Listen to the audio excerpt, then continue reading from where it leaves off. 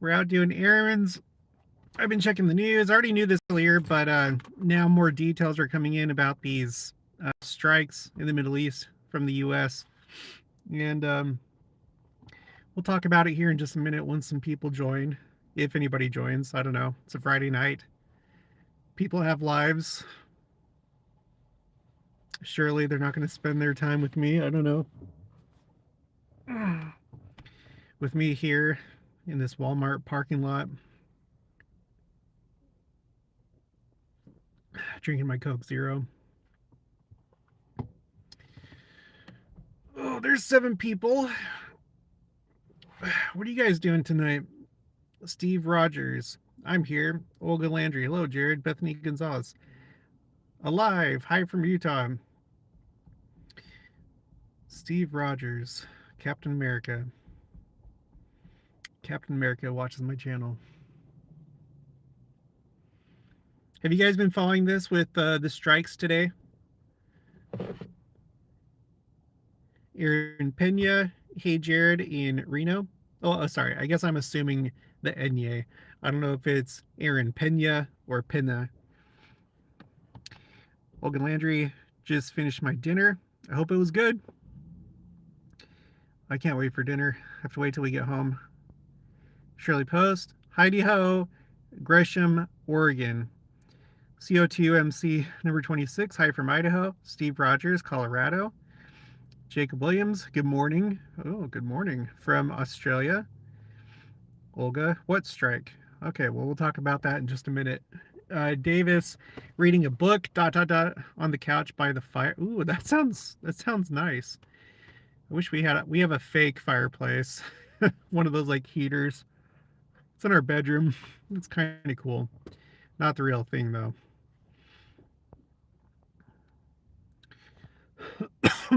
CO2 MC number 26 says yes. I think to my question about have you heard about the strikes in the Middle East? Oscar Machuca, hello from Paraguay in South America.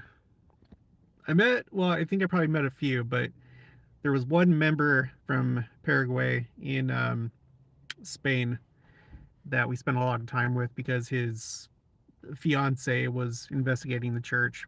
She was a Spaniard, though. Kevin Cantrell, hello everyone from Southern Oregon. Claudine Burke, I'm from Utah. I'm a teacher and I'm exhausted. Yeah, I'll bet. Time to binge on Netflix. No, binge on my channel. Binge my channel. I'm just kidding. Do what you want. Glenda Wheeler. Hi, Jared from Salt Lake City. Heart. Sunflower Heart. Sally Wardle. Delta, Utah. That's out in the sticks. I think I've passed through there like one time. Is that the way that you go to Nevada to the Lyman Caves? I know it's over by Fillmore, kind of, relatively speaking. Olga Landry, I enjoy listening to the vlog that you posted about the Second Coming. Yeah, I thought that was a really neat article. They just talk about it. It's just matter of factly. It is happening. We are, and you can't find this kind of stuff when you go back in time. If you go to like, again, back in like the 2000s or the 90s or 80s, you don't find articles and quotes like what we have now. There is a change. Let's see. Natalie Crockett, hello from Sandy, Utah. Been trying to figure out if I can make a trip to Kirtland, Ohio during the solar eclipse. So want to go. Oh, that would be really cool. It'd also be cool to go tour the Kirtland Temple. I'm going to be going to Adamandayam in a few weeks here. I may make a video and share my experience. Let's see. Cindy Smith, Cindy from California. Amazon Warrior. I'm here. I didn't get a notification. What have I missed? We just barely started.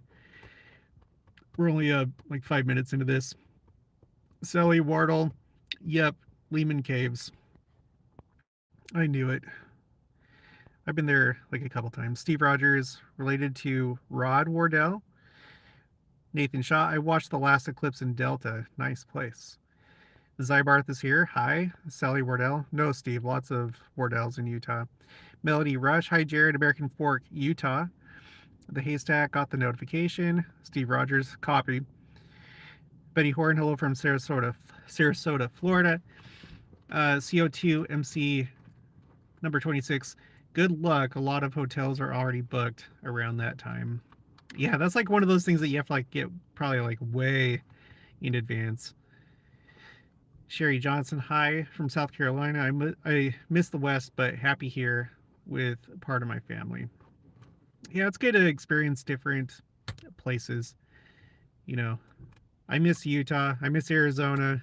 I miss Texas. I love them all, but I also love Kansas. Okay, so yeah, I guess if you haven't heard, again, put it in the comments. Put yes if you knew about this or no if you didn't. But we've been waiting for I don't know how long now, a couple days it seems like, um, from the time that there was that drone attack on a U.S. base or installation in Jordan that killed 3 U.S. soldiers, and I think it was National Guard. I'm not sure about that, but I saw the names and their location. They were all from the same state, so I'm assuming that it was like a National Guard deployment or something like that. Anyway, 3 soldiers died. I think it was 2 junior soldiers and 1 sergeant. Can't remember if they were both specialists. That's a E4 if you don't know. Anyway, so we've been waiting for um, the United States to respond back, and it kind of felt like, well, I don't know. I feel like it probably wasn't quick enough, but what do I know? But it's finally happened today. So if you go on X or you check the news, you'll see the stories coming out. I was on X and I saw a post from Trey Yingst, along with probably a couple other posts that talked about the fact that, because like what I was thinking is that I was thinking that in the retaliatory strike, it would probably just be against the militias in Syria and Iraq that Iran sponsors. But no, it included some what do they call it? IRGC, Iranian Revolutionary Guard Corps or something like that. Iran's military.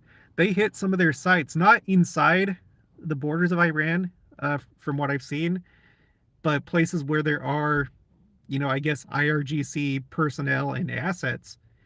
So it's actually a little bit stronger of a response than I thought was going to happen. Um, Iran has made threats. If you hit any of our people, you're gonna pay. Um, and who knows? They say a lot of things. Uh, in reference to the Gaza war, they said that they couldn't just stand idly by and watch Israel. Like if Israel went in and did the ground invasion of Gaza, that they couldn't just like stand by. But guess what? They've been standing by and just watching.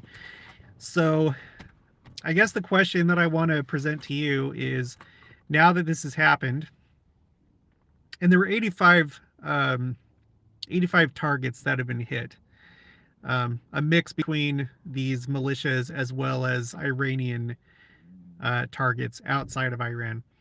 Now that this has happened, do you think that it's going to escalate from here? Do you think that Iran is going to make good on their threat to retaliate against the retaliation? Do you think that this could turn into war? Or do you think it's just going to kind of peter out and, there was just a little flare up, but it's going to go back to business as usual? Let me know. Okay. So Sherry Johnson says, no, I didn't. And Cindy Smith also didn't know. Teresa Lane, the U.S. waited so long to give them time to get the heck out before we did anything. Oh, yeah. I remember, oh, gosh. I come across so many different things. I can never tell if I saw it on a YouTube video or read it in an article, but somebody was saying that the higher up officers, yeah, that they had time to go back to Iran or get away because they knew that they were probably a target. I'm not so sure about the lower ranking soldiers though. Carrie Cottrell, part of me wonders if I need to save up my retirement account or not worry about it since the second coming is so close. I'm in my 20s. Well, yeah, I can't really speak to that. I can't give any legal advice, but or financial or legal advice or medical advice. Um, but generally speaking, take this for what it's worth. Um, I think that we still need to just live like we normally would live. You know, um, uh, we need to like prepare spiritually, and we should still do all the things to be prepared temporally. Have food storage and 72-hour kits and stuff like that. But we should still live our lives. I think it's sooner than later. I really do, but I don't know. Nobody knows. Well, maybe somebody knows, but I would say just continue to live your life as though you were going to live until you die of old age. That's what I'm doing. Okay, that's what I'm doing. Teresa Lane says you better save for the future. Lisa Jacks, yes, I think it will continue to escalate. With all the posturing that's been going on, it's not surprising. Zybarth, gotta do some living in the present and some preparing for the future. Carrie Cottrell, okay, thanks for the advice. Revelation is the best key, I guess. Yeah. And I think, just think of it this way. If you were to ask that question to President Nelson or any of the 15 or 70, they would probably tell you, no, keep living your life. In fact, yeah, I did a video about a talk that kind of said something to that effect. It was Boyd K. Packer, and he did a talk that people misunderstood to mean that he was saying, oh, your children's children aren't even going to be around for the second coming. And even the Salt Lake Tribune misunderstood what he said. He was talking about the fact that in his time, World War II was raging, and so youth of that day wondered, they wondered about their future, but how you need to just keep, his point was you need to keep living. And the same holds true for the second coming. So, sorry, I don't remember the name of that talk, but that just came to me. Boyd K. Packer. I may do another video about it again sometime. Do a search on my channel for Boyd K. Packer. It'll probably come up. The Haystack, seems like the church still invests. I don't anticipate seeing any of my retirement anyways. And here's the other thing. Like I've said, there may be some kind of transition time as we go from the old world and the old world order and economic order to the new one. And so your money may still be needed after the second coming for some time. I don't know how quickly things will transition, but what if it takes like 100 years? I don't know. So so I don't think we can make that assumption that once the second coming happens, nothing's going to matter anymore. I would still hold on to your skills, your money, have savings, because you may actually need it during that transition time. Or maybe things will change in a day, who knows, but I would just be safe.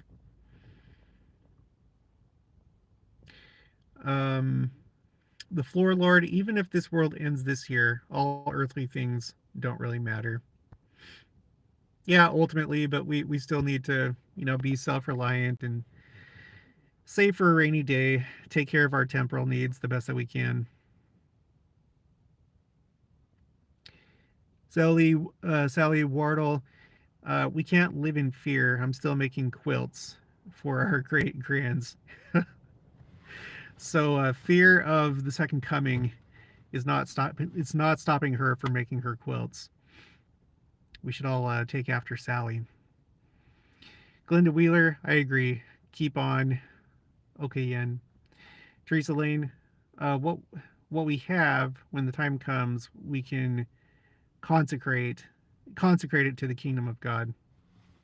Yeah, at some point that will happen. What I don't know is if it's probably, it's probably just going to be for members of the church. We're still going to have other people of other belief systems in the millennium with us. It's not just going to be members of our church. I would imagine that um, we would start living the law of what I mean is the United Order, like the full implementation of the law of consecration, probably sooner than later. In which case, in which case, essentially, well, what I was okay, I can't remember where I read this, but it's like when I was looking into it, it was explaining that the way that the United Order worked is like, for example, you have your house, and when you enter into the United Order, the house becomes the property of the Lord, the church, and then you receive a deed from the bishop, and you are now a steward of that house. And for all intents and purposes, you still own the house. Like it's still yours. It's not like the church is going to be like, you know what? We need this house now. You're going to have to move in a week.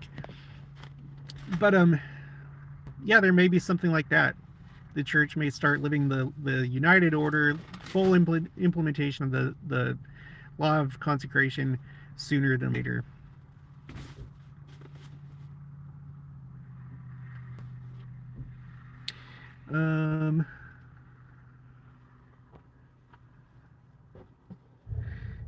Lisa Jex, hearing the sorry, hearing the world won't know the millennium has started. I wonder when the animals will change. I don't know. The only thing that I feel is kind of certain in my mind and based on my understanding is that we will definitely change those that are caught up to meet Christ and the resurrected saints. As for the rest of the world, those that move on into the millennium and the animals and all that, I don't know. Maybe all of that takes place at the same time. And the assumption that I have, and it is an assumption, is that it's like it happens like all of a sudden, like being quickened, having your body changed.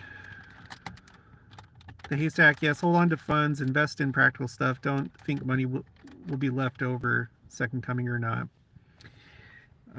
Lisa Jacks, seeing lions eating only hay and grads, or do you mean like grain, would certainly draw attention.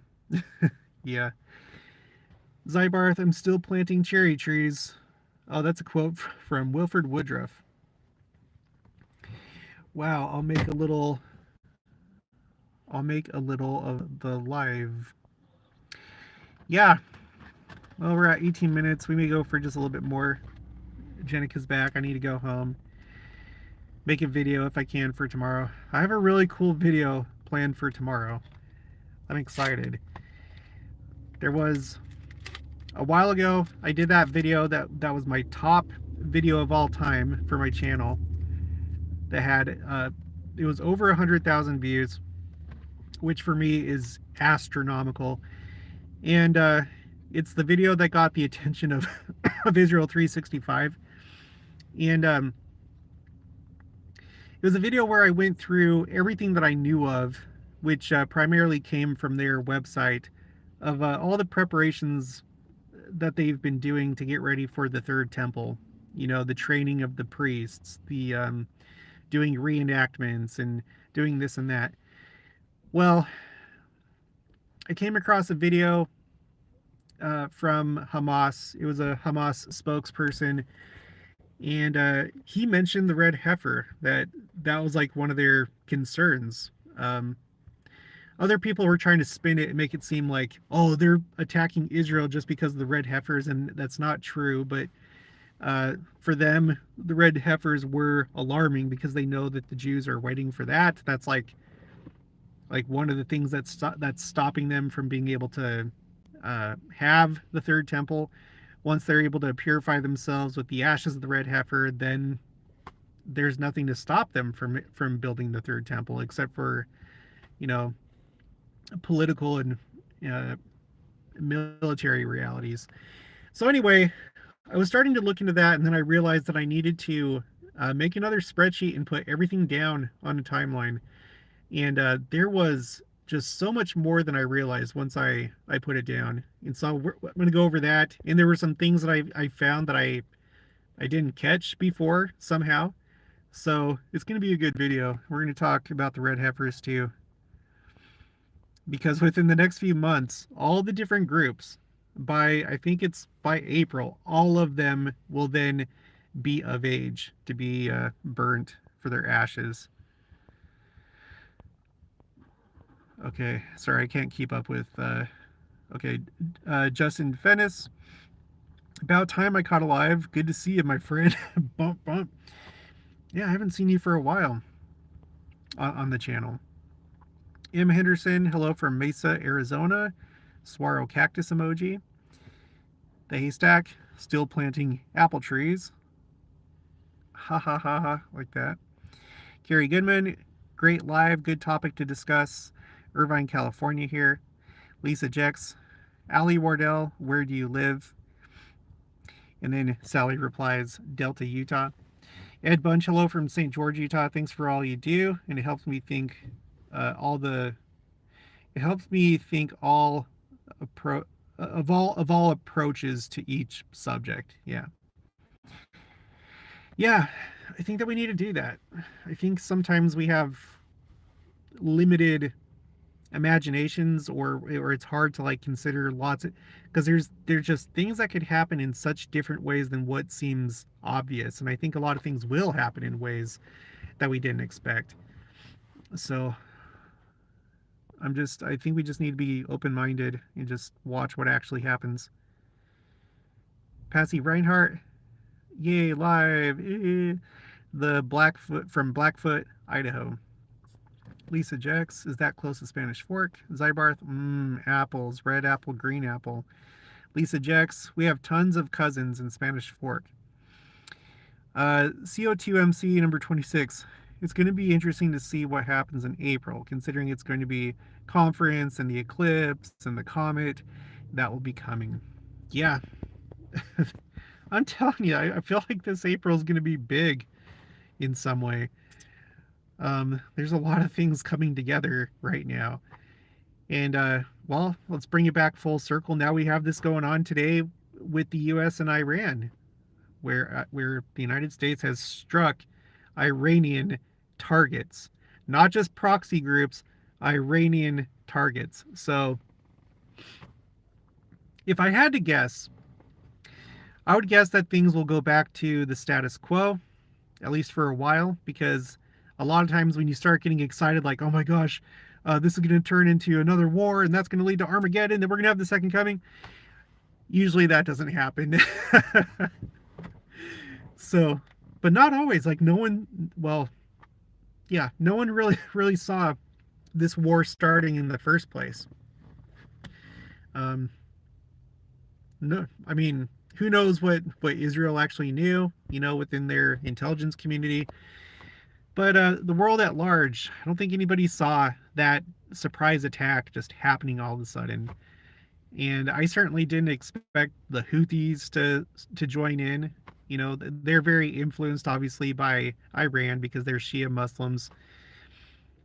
But there's just been all these escalations, and this is the latest one. It's happening right now as we speak. And I heard that it's supposed to be like not just like a one-day thing, but like a campaign that will probably take several weeks. So we're just gonna have to like really watch and see what happens.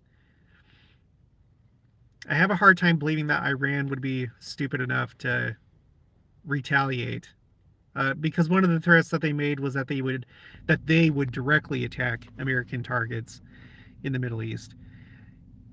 If they did that, then I think that I would give it like an 85% chance that war would start between the United States and Iran if Iran directly attacked the United States. I don't know. What do you think? I have so many questions about just this entire conflict. I'm still wondering, why is it that Hamas did what they did? Is it part of a bigger plan? A bigger plan? I still think that it could be. Otherwise, they were just really dumb in deciding to do that, or they were really hopeful that they would be able to get everybody else in on it. Hezbollah, Iran, and whoever else wanted to join. But I feel like it's too stupid for them to think that that would have actually worked. And that's why I think it's part of a bigger plan. I still maintain the position that they want to have the side against Israel, mastermind by Iran, that they want to have as much justification as possible to take out Israel and to show to the world, like, look how much restraint we had. We told them that we were going to, stop them if they did the ground invasion. We told them no. How many times did we say no? And so, it's like this game of swaying public opinion across the world. And then you have this whole thing going on with whatever it's called, the International Court or whatever, where South Africa is taking Israel to court for genocide.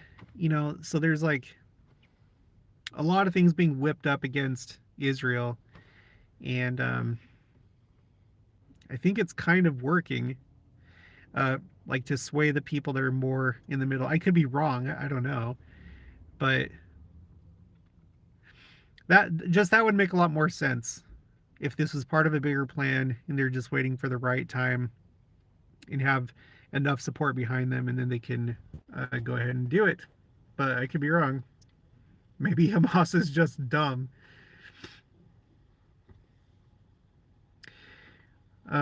Teresa Lane, I live near Oceana Air Base and Norfolk Naval Base, and real near where they practice touch and go landings for jets. That's really cool. They were practicing very early this morning, which is rare. Wonder. I lived in the West Valley of Phoenix, and you have Luke Air Force Base over there, and it's like it's a training base to train pilots on both the F-16, but now the F-35. And so I got to see a lot of that too. I love it. There's like places where like it gets really close to the base, like you're driving your car and then they'll just fly right over you. It's really cool. But anyway, that's interesting, Teresa. CO2MC number 26, plus China and Russia said they would get involved if the US did anything. Oh, they did? I didn't see that. I did not see that. I mean, what's Russia going to do? They're kind of like... I can't take Russia seriously unless they like decide to use nuclear weapons. China, I don't know. I feel like China, like, what would it be worth for China? Well, maybe it would. I don't know. I don't understand geopolitics. I kind of do a little bit, but it's very complicated. My simplistic brain and opinion in lack of expertise would say that China would be more focused on Taiwan, that they wouldn't want to like divert their own attention somewhere else, because it feels like we're just getting closer and closer to that point where they make a move. In fact, I feel like it would actually be more in China's interest if this war with Iran did happen, because then the United States would, in the West, would be even more distracted than they already are. Yeah, if I was China, that's what I would want. I would want, even though Iran is like an ally, what do I know? What do I know? Nancy Boynton, Louisiana, appreciate your work. Thank you, Nancy. There was one time in the Army, because I was in supply, there was a what's called the directive that was given to me to ship a truck to Fort Polk in Louisiana. I don't know what it's called now. It's probably changed to some other name for political correctness reasons. But it was a what's called it was like a wrecker. So if you've been in the military, it looks like an LMTV, like a cargo truck, but it's but it's a wrecker. It has like other equipment on it to, recover vehicles that are stuck or destroyed or whatever, to bring them back to wherever. So I was supposed to transfer this truck to Fort Polk, and I did. And then when they received it, it was going to like these some civilian contractors that were there. They got it and they're like, "Oh, well, this is in really bad condition. We're not going to keep it." And I was like, "Okay, can I have it back then? Can you send it back?" And they weren't going to do that. And I was like freaking out because um, if something happened to that truck, I was still signed for it. They didn't sign for it. It was under my care or accountability or whatever. Thankfully, my sergeant, she's from Louisiana, and so she, being in Texas, she was able to go there and like actually go to Fort Polk and like work her magic. But finally, they accepted it. But for like a while there, I was like on the hook for a few $100,000. It sucked. But yeah, everything worked out. Teresa Lane, Joel Skousen says China isn't ready to get into war with us yet. He says end of this decade. Sleeping with Cats, love Joel Skousen. CO2MC number 26, that sounds stressful. It was. It ruined my life for a few days. Pauline Fife, hi from Vermont. Well, with trying to go into war, I don't know. I don't think that they would ever want to go to war with the United States. I really think that they just want to take Taiwan, and then they want to play their game of having more and more influence in the world. But yeah, because like what do countries want nowadays? What they want is a good economy, and what helps with that is if you're influential and you have power, and that's it. Like it's no longer. I mean, countries are no longer allowed to have empires, right? Because empires were done away with um, after World War II, and so but you still try and exert your influence across the world, and China's a rising star, and they want to be like the United States, and they want, as far as territory goes, they want Taiwan. I don't know if they have any other aspirations for any other territory. I know that they've been aggressive in like when it comes to like maritime borders, claiming different parts of the ocean as their own for whatever, oil, fishing, stuff like that. But I don't know if they would ever benefit from directly attacking the United States. Something like really crazy would have to probably push them into that position. I don't know. And plus, we've talked about all this asymmetric warfare, how a lot of times you can accomplish your goals by different means, different covert and clandestine means, especially with the internet and cyber warfare, psychological warfare, and potentially other things, other technologies that aren't really out in the open. So, Cindy Nordgren, I realize you're probably almost done, but I just noticed you were live. Hi from Ogden, Utah. Well, welcome, Cindy. I'm glad that you're able to make it. My mission president was from Ogden. I think it was from North Ogden. Nancy Boynton, Fort Polk is now Fort Johnson. Of course it is. ANI Postack. My wife and I were in Jerusalem on the 7th of October. Oh my gosh. And had to escape out of the Amman, Jordan airport. It was a very scary situation. I'll bet. Jeez. You, you do not want to be overseas and not in your own country when something like that is going on. And speaking of stuff like that, I think. Sorry, is this okay? Mm-hmm. Okay. You sure? Mm-hmm. Gotta go in a minute. Not okay with me this time. I'm ready to go.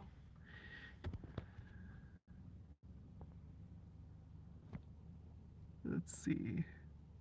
We'll take care of that. Boom. Okay. So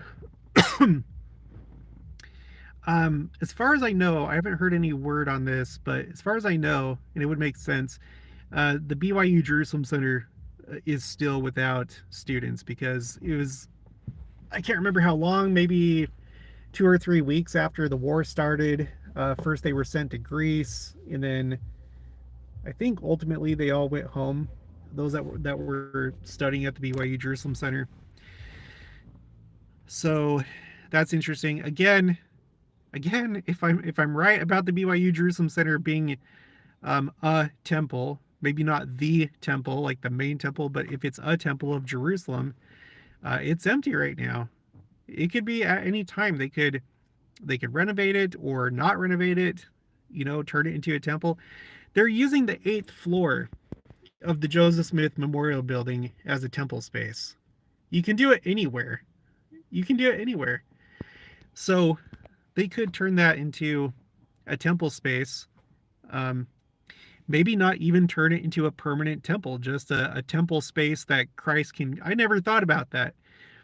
A temple space where when Christ comes, he can go to and have it be a temple space. And then later on, um, maybe probably build the temple on the Temple Mount, one that could, one that would be able to, where you'd be able to do sacrifices.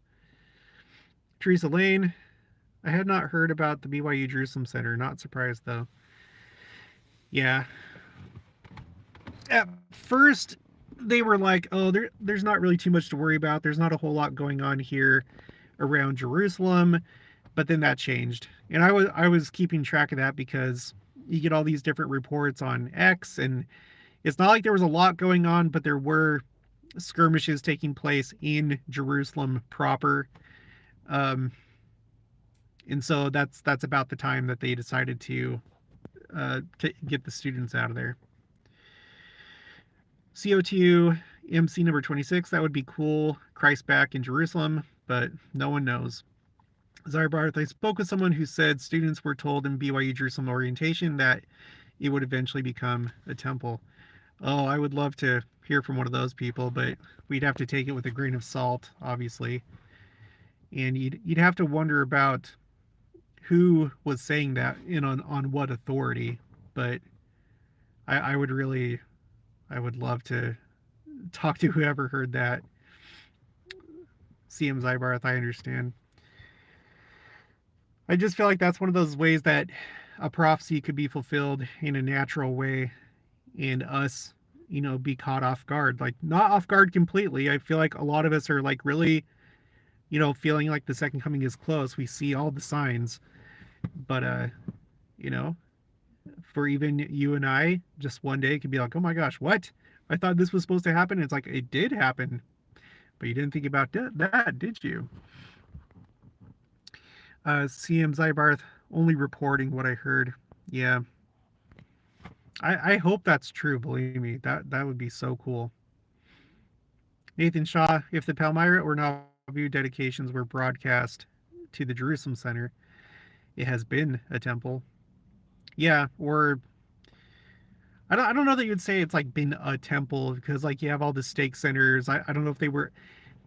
It was like a situation where you had to only people who had temple recommends could attend the event. So I don't know that it necessarily classified those areas as temples, but I guess it's kind of the same effect if all you have is just people that are temple worthy and have temple recommends there. But that's an interesting thought. Mrs. Chef Yoda, good evening, with 3 exclamation points. All right, well, yeah, I gotta go. We gotta go now. It's getting late and got some stuff I gotta do.